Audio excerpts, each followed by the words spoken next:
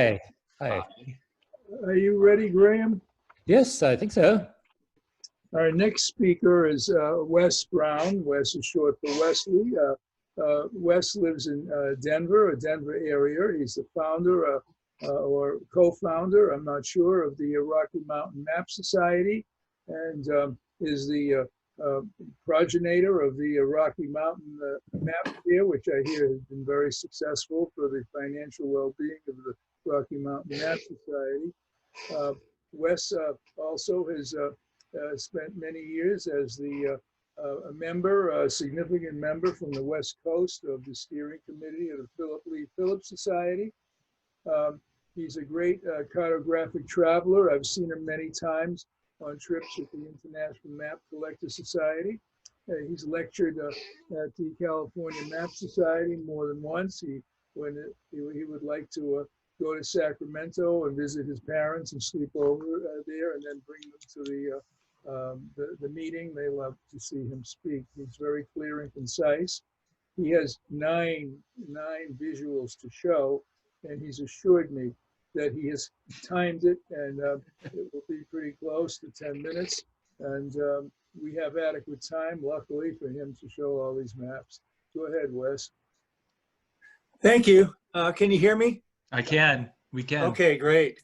Tom, I'm going to trust you to show the images. Awesome. And you can just go ahead and put them up. And you seem to be very skilled at zooming into the right places. So, you know, you can help entertain the listeners as I give my talk. Sounds great. In 1845, young Lieutenants James Hebert and William Peck explored the rugged terrain of southeastern Colorado, northeastern New Mexico, the panhandle of Texas, and Oklahoma. The following year, they produced a map of their exploration, which you see here.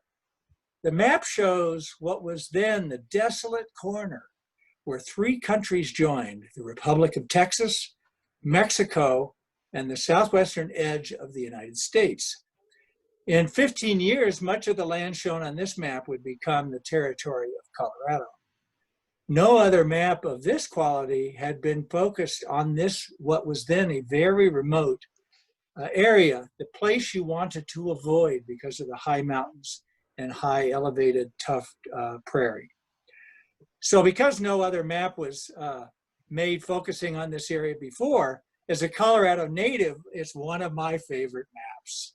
Go to the next slide. Along with the map, Hebert wrote a journal of the expedition for the US Senate that displays his keen talent for observation, special insights into the native population, a love of science and nature, and exciting adventures.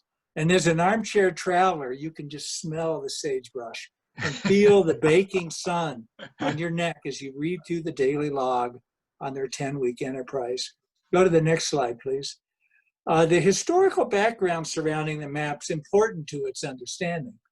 In 1845, the United States initiated the process to annex the Republic of Texas, which was concluded in December of that year. As a result, war with Mexico was imminent, and the US government felt great urgency to obtaining geographical information about this potential area of conflict. So it was imperative to better understand the course of the west to east flowing Arkansas River, which was vital to the Santa Fe Trail. And for years, it had been an international boundary, first with Mexico and then with the Republic of Texas. But of equal importance was the course of the Canadian River that roughly parallels the Arkansas, about 150 miles to the south. This was really unknown. It was the primary range of the fierce Comanche and Kiowa Indians, but it could be the theater of war. Captain John Charles Fremont, who had recently led two renowned expeditions out west, was initially ordered to and did lead the survey of the Arkansas and Canadian River. He had as assistants Hebert and Peck. They reached Bent's Fort. Go to the next slide, please. Reached Bent's Fort that you see here illustrated by Hebert, who was an excellent artist. Since 1834, Bent's Fort had been the principal trading post for many of the Plains Indians for hundreds of miles in all directions. And I've just learned that was also very near where Tom Paper has actually lived in his past, living in La Junta. Fremont disobeyed orders, as he often did, and went to California instead, leaving the two 25-year-old lieutenants to lead the expedition of the Canadian. A wonderful opportunity to be in command for these young officers. Hebert was actually in command, and Peck was his assistant. Now, Peck was possessed of outstanding mathematical ability and ranked first in his West Point class. In contrast, Hebert seems to have excelled in collecting demerits at West Point and ranked 55th of his 56 graduating cadets. Yet he gained the respect of his men, and by the conclusion of the Civil War held the rank of major. Next slide, please. When they crossed the Arkansas, leaving Bent's Fort, when they crossed the Arkansas to the south, the company of 33 men left Indian Territory in the United States and entered the Republic of Texas.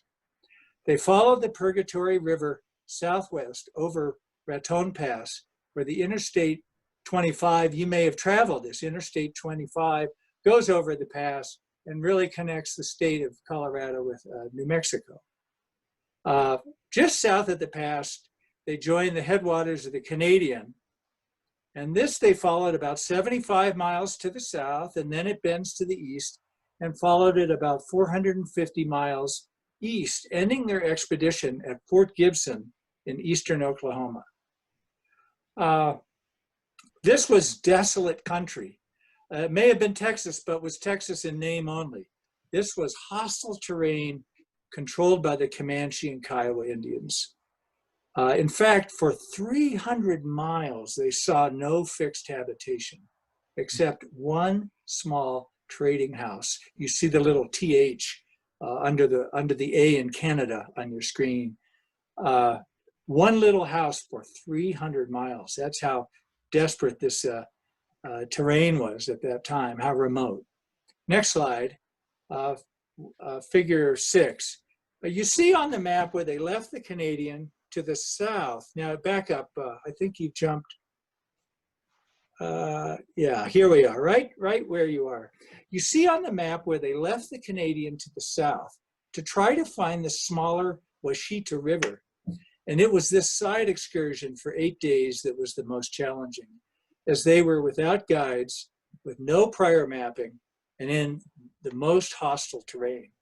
The journal for September 17th opens, quote, "This is the day which we shall look back upon in our wanderings as the day of anxiety. We entered upon the famous tableland known to the Spaniards as El Llano Estacado, the Staked Plains. And as they traveled for hours, quote, our tongues seemed to cleave to the roofs of our mouths, and the throats were parched with dryness. The rude joke and boisterous laugh had long since died away, and the hep of the driver, as he urged his panting team under the scorching sun, grew fainter and fainter until we moved on in dead silence," unquote. He describes the remarkable emotions that desperate travelers experienced. Quote, "The idea of having been misled evidently began to steal into our minds, though not a word was spoken. This sort of depression, akin to fear, is contagious. And as we pursued our way, each one examined his rifle and closed in with the main body. An Indian mounted now appeared, and as he swept along the horizon, looked as a very giant. Another and another burst upon our view on every side, which led us to believe that we were surrounded," unquote. This longest day eventually led them to the stream of the North Fork, which you see shown as the Washita here, of the Red River with fresh water and grass. Quote, "The camp was completely metamorphized from gloomy despair to glad delight. Some laughed, some whistled, others sung as they descended to the river."